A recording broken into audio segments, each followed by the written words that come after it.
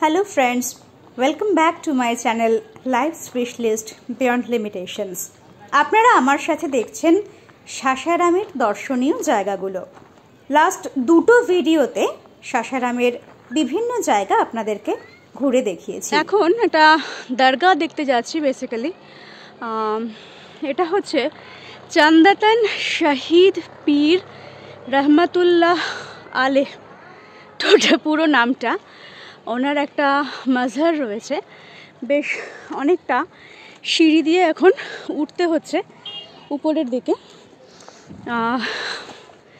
দেখি কতক্ষণ সময় লাগে আলটিমেটলি উঠতে। ছোট ছোট সিঁড়ি রয়েছে, খুব বেশি যে উঁচু স্টেপস তা নয়,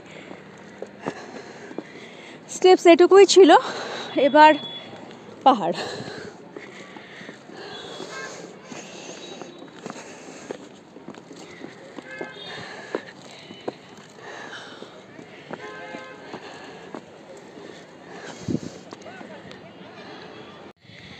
অনেকটাই উঠে গেছি, ওই নিচে থেকে চড়া শুরু করেছিলাম।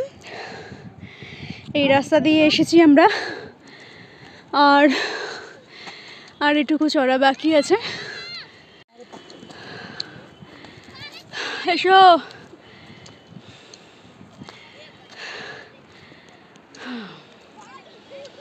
প্রচণ্ড রোদ। এটা যদি সকালের দিকে করতাম। শিলালিপি, ওহো শিলালিপি, দেখ এটা হিন্দিতে।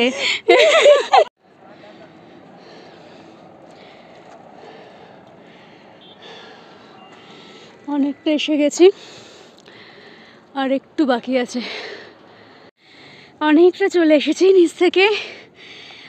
প্রথমে সিঁড়ি ছিল, তারপর এরকম পাথর, তারপর ঠিক শেষে গিয়ে নতুন কিছুটা সিঁড়ি হয়েছে আবার। ওই দেখা যাচ্ছে মাজার। চলে এসেছি।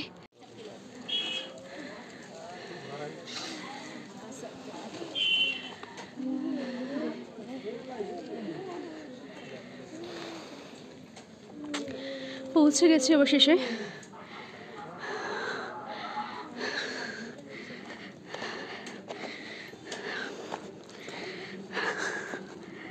এইটাই সেই মাজার।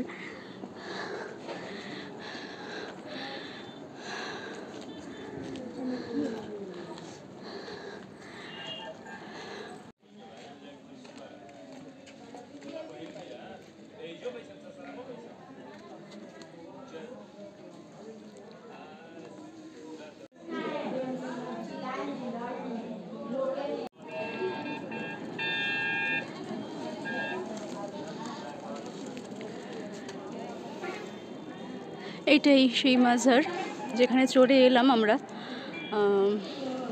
মহিলারা তো ঢোকে না ভিতরে।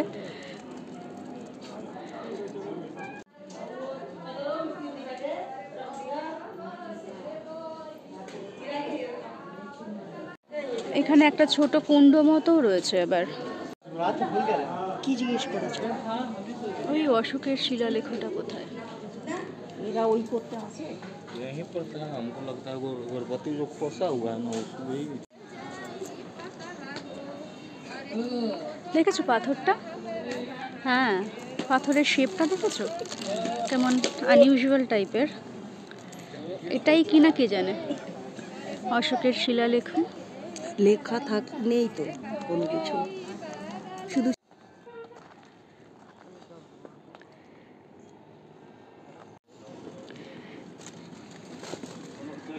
पाया टाइप का था वो वही इतना जानकारी था कि वो कैप्चर कर दिया है, पैक कर दिया।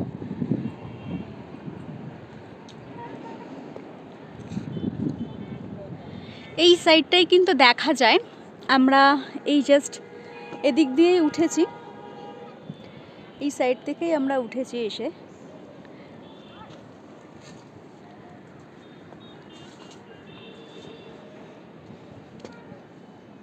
এই পাথরটা আমার খুব ভালো লেগেছে।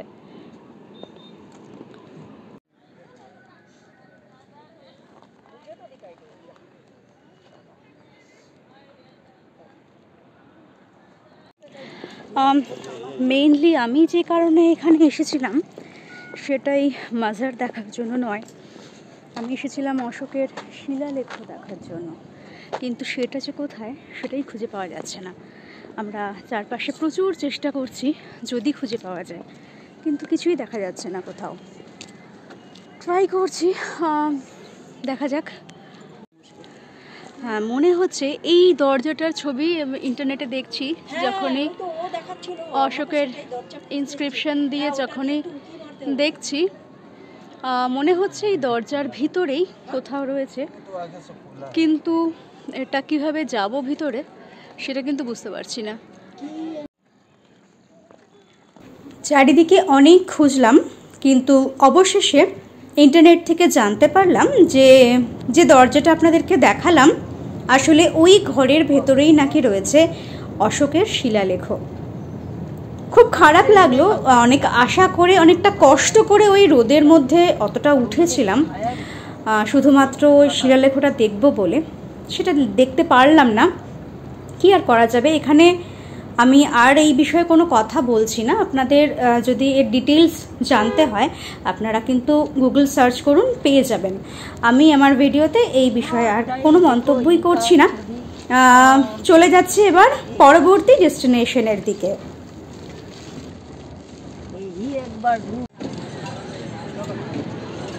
এখন চলে এসেছি মহাযোগী পাইলট বাবার আশ্রমে।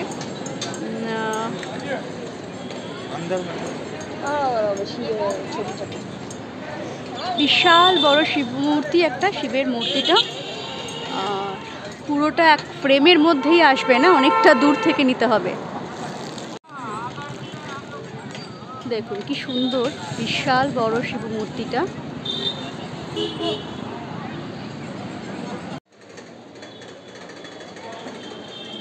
চলুন এবার ভেতরে ঢোকা যাক। হাতে সময় খুব একটা বেশি নেই, খুব তাড়াতাড়ি পুরো মন্দিরটা ঘুরে দেখতে হবে।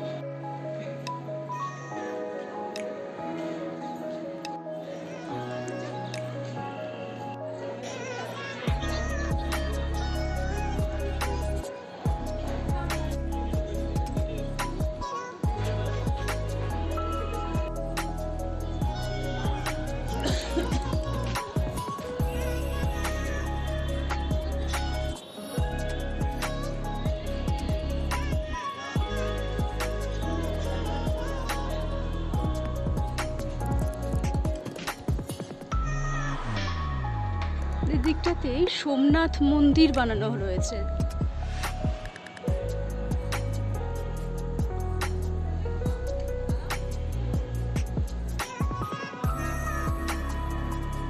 এখনো কাজ চলছে মনে হচ্ছে, কাজ এখনো শেষ হয়নি।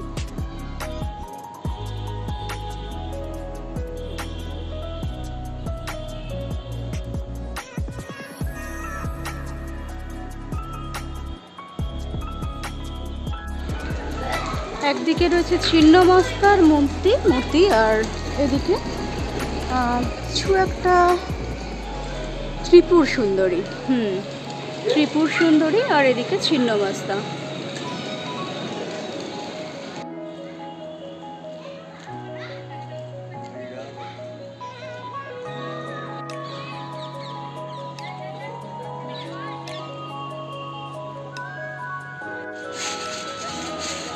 ব্রহ্মা বিষ্ণু মহেশ, সুভদ্রা, শ্রীকৃষ্ণ আর বলরাম। 2022 সালের 7ই নভেম্বর এই মন্দিরটা কিন্তু উদ্বোধন করা হয়েছে, সেটারই একটা শিলালেখ এখানে রয়েছে। এদিকে একটা মোক্ষদ্বার রয়েছে, মোক্ষদ্বার। ভিতরের দিকে রয়েছে তপশ্লোক, আর এই সাইডে রয়েছে একটা সোমনাথ মন্দিরে ঢোকার মেইন রাস্তাটা।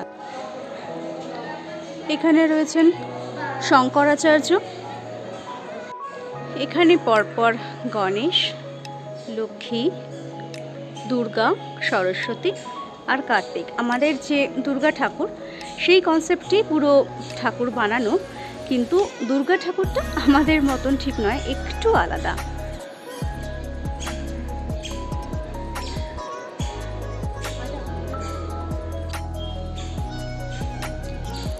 এটাই সোমনাথের যে মন্দির, জ্যোতির্লিঙ্গের মতন ভিতরে রয়েছে, পরে ঢুকবো। এইদিকে রয়েছে তপশ্লোক আর একটা সিংহদ্বার মতো, তবে সবসময় সিংহ সামনের দিকে ফিরে থাকে, এখানে দুটো সিংহ কিন্তু পরস্পর নিজের দিকে ফিরে রয়েছে।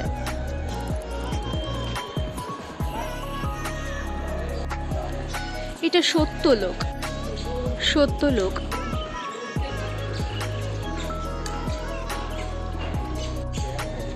আর এইদিকে রয়েছে শৈবলোক।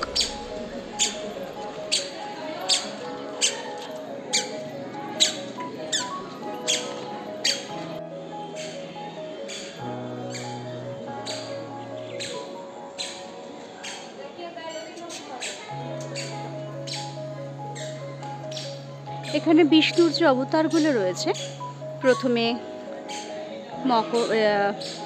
কুর্ম অবতার, বরাহ অবতার, বলরাম অবতার, মীন অবতার আর বামন অবতার।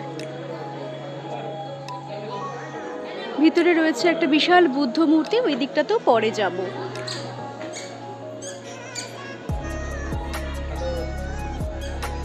এদিকটা আর একটু দেখে নিই। ভারত মা, কিছু কাজ চলছে হয়তো, সেই জন্য বেশ কিছু বাঁশ টাঙানো রয়েছে, হয়তো রঙের কাজ চলছে এগুলোতে। এখানে রয়েছে ঝাঁসির রানী লক্ষ্মীবাই আর বিষ্ণুর যে আরও কিছু অবতার রয়েছে, সেই অবতারদেরও মূর্তি রয়েছে। আর সাথে বেশ কয়েকজন সাধু সন্ত যারা রয়েছেন তাদেরও মূর্তি রয়েছে। তার মধ্যে কিন্তু আমাদের স্বামী বিবেকানন্দ রয়েছেন।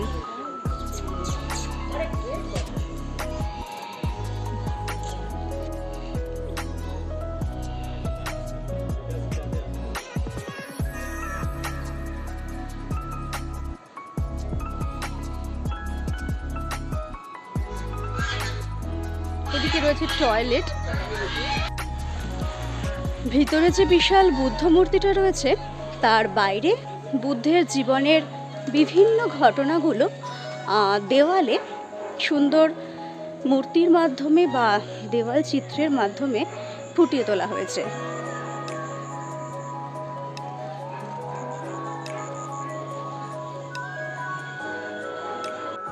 এটাই হচ্ছে বিশাল সেই বুদ্ধ মূর্তি। এটার নাম দেওয়া হয়েছে বুদ্ধত্ব কি ওর জন্ম সে নির্বাণ তক, অর্থাৎ বুদ্ধের জন্ম থেকে নির্বাণ লাভ পর্যন্ত তার জীবনের বিভিন্ন ঘটনাগুলোকে এখানে দেওয়ালের গায়ে চিত্রের মাধ্যমে ফুটিয়ে তোলা হয়েছে। তবে এই দিকে যে চিত্রগুলো রয়েছে সেগুলো কিন্তু মানুষ এখনো দেখতে পাচ্ছে না, তার কারণ এদিকে কাজ কমপ্লিট হয়নি, তাই এই সাইডের রাস্তাও কিন্তু এখনো তৈরি হয়নি।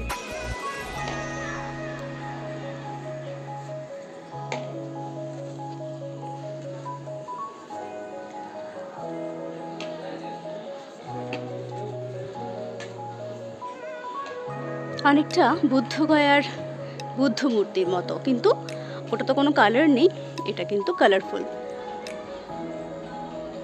চলুন এবার এই বুদ্ধ মূর্তির ভেতরে দেখা যাক।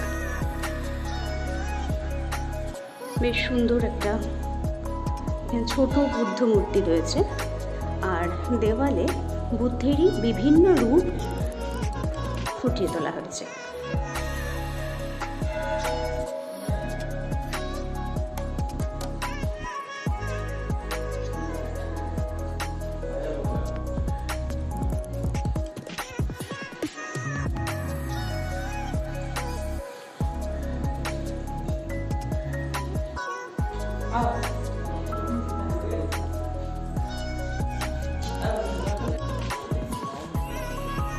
খুব সুন্দর জায়গাটা করা হয়েছে।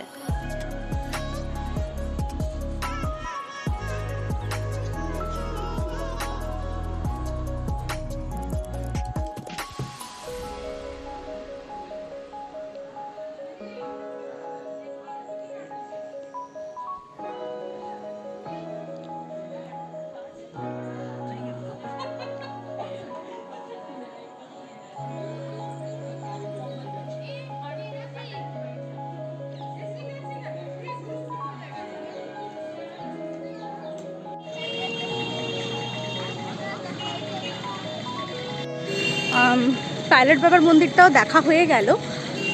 এখানে মেইনলি বাইরে থেকে যে উঁচু শিবলিঙ্গটা, মানে শিবলিঙ্গ না, শিবের মূর্তি যেটা দেখে সবাই এখানে আসে, এই মন্দিরটার কিন্তু কাজটা এখনও শেষ হয়নি। এটার কাজটা শেষ হতে এখনও দেরি আছে।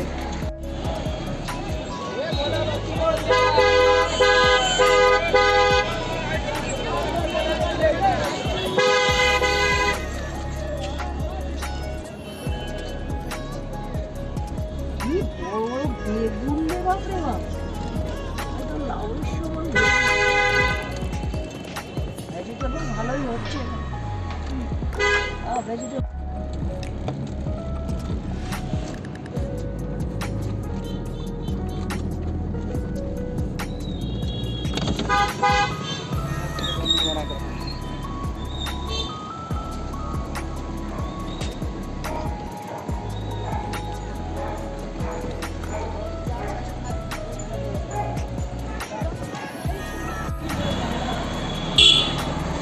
চলে এসেছি এবার শেরশাহ টুম্ব বা শেরশাহ যে পার্কটা রয়েছে সেখানে।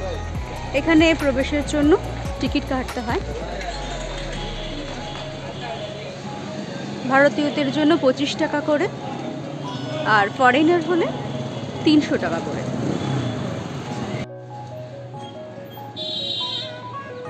নিজে পোজ দিয়ে তো ভালো দাঁড়িয়ে যেতে পারো।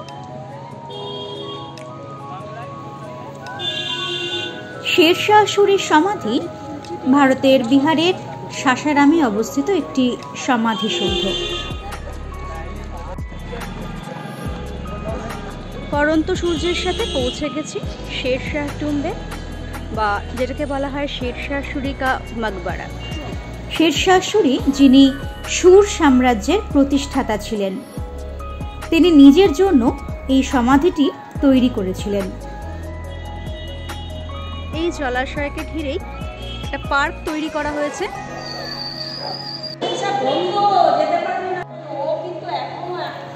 এটি তার মৃত্যুর প্রায় 3 মাস পরে 1545 সালের 16ই আগস্ট সম্পন্ন হয়।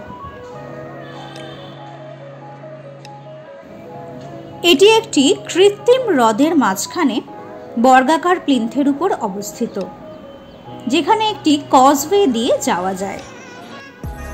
বেলে পাথরের তৈরি এই সমাধিটি মূলত উজ্জ্বল রঙে আঁকা এবং কাচের টাইলস দিয়ে সজ্জিত ছিল। এটি একটি 3 তলা অষ্টভুজাকার ভবন, যার উপরে একটি বড় গম্বুজ রয়েছে। দ্বিতীয় এবং তৃতীয় তলার প্রতিটি প্রান্তে ছত্রি অবস্থিত। সমাধির পরিধি বরাবর একটি বারান্দা রয়েছে, যার প্রতিটি পাশে 3টি করে খিলানযুক্ত খোলা অংশ রয়েছে। জালিকাযুক্ত পর্দা দিয়ে সজ্জিত খিলানযুক্ত জানলাগুলি অভ্যন্তরটি আলোকিত করে। পশ্চিম দিক ছাড়া, যা নামাজের জন্য সংরক্ষিত কিবলা প্রাচীর, সব দিক থেকেই প্রবেশপথ রয়েছে। পশ্চিম দেয়ালের কেন্দ্রে নামাজের কুলুঙ্গি রয়েছে, যা খোদাই এবং টালির কাজ দিয়ে সুসজ্জিত। নির্মাণের সময় এটি ছিল ভারতের বৃহত্তম সমাধিসৌধ। এটি ইন্দো ইসলামিক স্থাপত্যের একটি উল্লেখযোগ্য উদাহরণ এবং বিহারের অন্যতম গুরুত্বপূর্ণ স্মৃতিস্তম্ভ হিসেবে বিবেচিত হয়। এটি জাতীয় গুরুত্বের একটি স্মৃতিস্তম্ভ হিসেবে তালিকাভুক্ত। শুধুমাত্র বাইরের পর্যটকই নয়, এখানকার স্থানীয় মানুষেরাও কিন্তু বিকালের দিকে এখানে ঘুরতে আসেন দেখলাম। বেশ ভালোই ভিড় ছিল।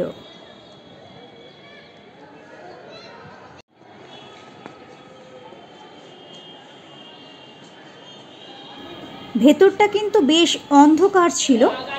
আমি আর ভেতরে ঢুকলাম না, বাইরে থেকে জুম করে ভেতরটা তুলে নিলাম। শেরশাহ তার জীবদ্দশায় সম্ভবত 1542 সালে এই সমাধিটি নির্মাণের কাজ শুরু করেন। সমাধিটি নির্মাণের 3 মাস আগে 1545 সালের 22শে মে কালিঞ্জার দুর্গে এক দুর্ঘটনাজনিত বারুদ বিস্ফোরণে শেরশাহ মারা যান। ইসলাম শাহ সুরির রাজত্বকালেও নির্মাণ কাজ অব্যাহত ছিল এবং এই সমাধিটি 1545 সালের 16ই আগস্ট সম্পন্ন হয়। এখানে প্রত্যেকটা কোণাতেই এভাবে সিঁড়ি নিচের দিকে নেমে গেছে, আর সেখান থেকে কিন্তু জলাশয়ের ধারে বেশ কিছুটা ঘোরা যায়। সন্ধ্যা হয়ে আসছে, সূর্য প্রায় ডুবে যাচ্ছে, তাই আর এ সমস্ত করছি না।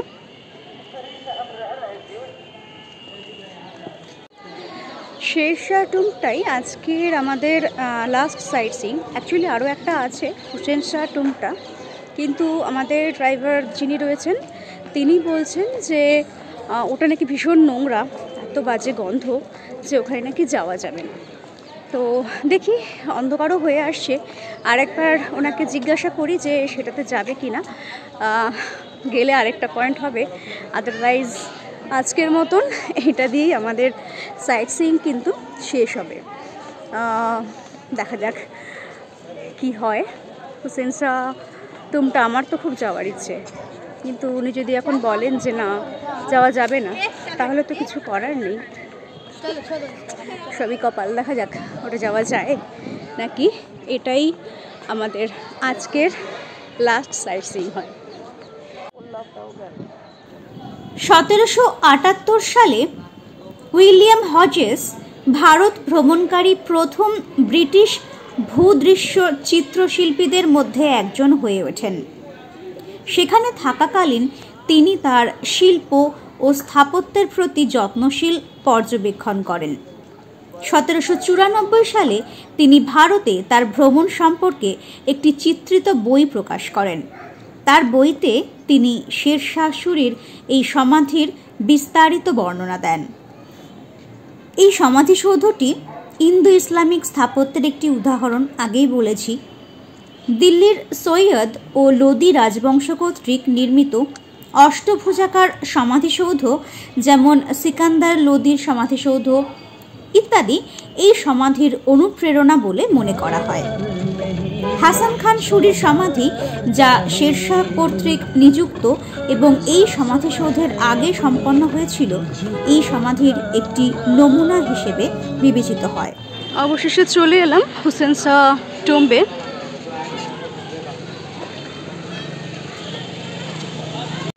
শেরশাহ টুম্বটা যেরকম বেশ জলাশয়ের মাঝখানে রয়েছে, এটা সেরকম নয়, কিন্তু গঠনটা মোটামুটি একই রকমের, গঠন শৈলীটা একই রকমের, সেরকমই গম্বুজ টাইপের। কিন্তু এটা জাস্ট একটা এমনি মাঠের মধ্যে রয়েছে, বাচ্চারা খেলাধুলা করছে। এখানে কিন্তু কোনো প্রবেশ মূল্যও লাগে না।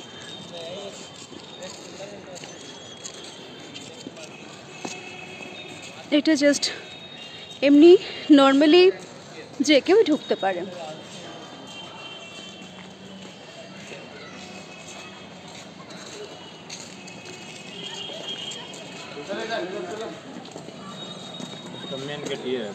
আচ্ছা, এটাই হচ্ছে মেন গেট। আমরা একটু সাইড গেট দিয়ে ঢুকলাম। মেন সামনের গেটটা হচ্ছে এটা।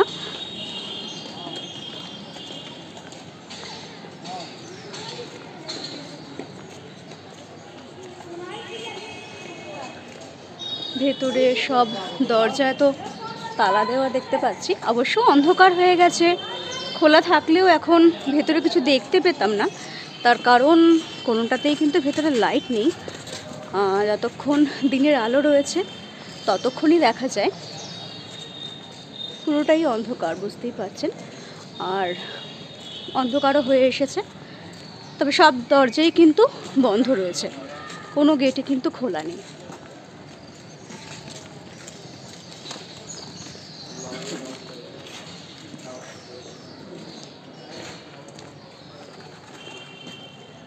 আর পাঁচিলের দিকের গেটগুলো প্রায় ওই একই রকমের, কোনো ভ্যারিয়েশন নেই,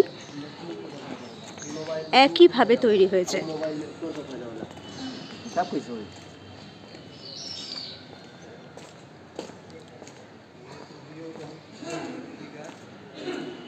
এদিকে একটা মসজিদ রয়েছে, এই প্রেমিসেসের মধ্যেই, পাঁচিলের বাইরে কিন্তু এটা নয়, এই বাউন্ডারির মধ্যেই রয়েছে এটা। আর সামনে আমরা যেখান দিয়ে ঢুকলাম সেখানেও একটা মসজিদ রয়েছে, ওটা একদম বাউন্ডারির বাইরে। এইটুকুই এরিয়া ছিল, আমি পুরো একটা রাউন্ড দিয়ে ঘুরে এলাম। এইখান থেকেই স্টার্ট করেছিলাম, এখান থেকে ওই সাইডে গিয়েছিলাম, আর পুরোটা ঘুরে চলে এলাম। ব্যাস এইটুকুই সময় লাগে এটা দেখার জন্য।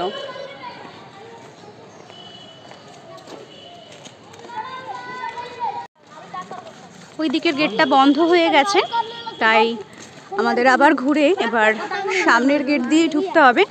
একদম লাস্ট টাইমে এসেছি। এটাই ছিল আজকের লাস্ট সাইট সিইং পয়েন্ট, যেটা হবে কি হবে না বুঝতে পারছিলাম না, আলটিমেটলি হলো। আর যাক, আজকে একদম মোক্ষমভাবে দুটো জাস্ট গেট ক্লোজ হওয়ার আগে আগে আমরা ঢুকতে পেরেছি। এটাও কিন্তু মিস হয়েই যেত, আর 2-3 মিনিট পরে ঢুকলেই কিন্তু গেট বন্ধ হয়ে যেত। এখন আমরা মেইন রোড দিয়ে বাইরের দিকে বেরোবো। অ্যাকচুয়ালি বাংলায় ব্লগিং করলে আমি বুঝতে পারছি এখানকার লোকেরা একটু অবাক হচ্ছে বা মানে অদ্ভুতভাবে তাকাচ্ছে, সেই কারণে আমি সেভাবে আর কি কথা বলতে বলতে এইবারের ব্লগিংটা ঠিক করতে পারছি না। এমন অদ্ভুতভাবে সবাই তাকাচ্ছে যে মানে কি বলবো। যাক, এই হচ্ছে আমাদের হুসেন শাহ টুম্ব, যেটা আমার পিছনে রয়েছে। আর এটা হচ্ছে আজকে আমাদের লাস্ট সাইট সিইং পয়েন্ট।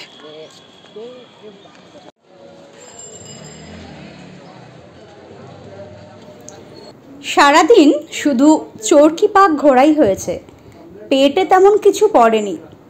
তাই সন্ধ্যায় হোটেলে ফিরেই যে যার মতন খাবার দাবার নিয়ে বসে পড়লাম। জমিয়ে ডিনারটা হলো বেশ।